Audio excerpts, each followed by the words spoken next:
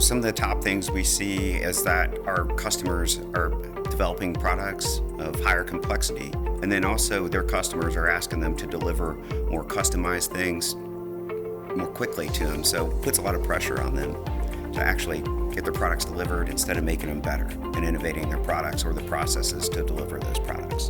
One of the problems that we're seeing today is that hiring great people is very difficult because everybody's busy and everybody's fighting for the same human capital. So really they've been looking to us to help eliminate that through efficiency and actually helping them get much faster, being able to do more with the same people that they have today. The basic equation is the input or the human capital times the efficiency equals the output, and we're hitting the efficiency part of the equation.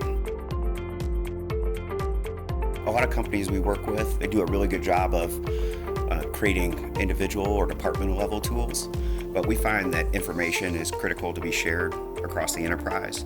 But without a system with a common format, the data tends to go unused or misused or get lost. Traditionally, companies that implemented PLM, they had a lot of infrastructure to deal with. They had to hire a staff, and it was very expensive, so there were barriers to the small and medium-sized business market. Now with the cloud, we've actually enabled these companies to do it without the infrastructure, with part-time employees actually helping implement the system. And then we implement in more of an agile approach, which allows them to actually get a speedy payback. And with a partner like Imagine, we can really help, in weeks and months, get the system implemented instead of years and millions of dollars spent.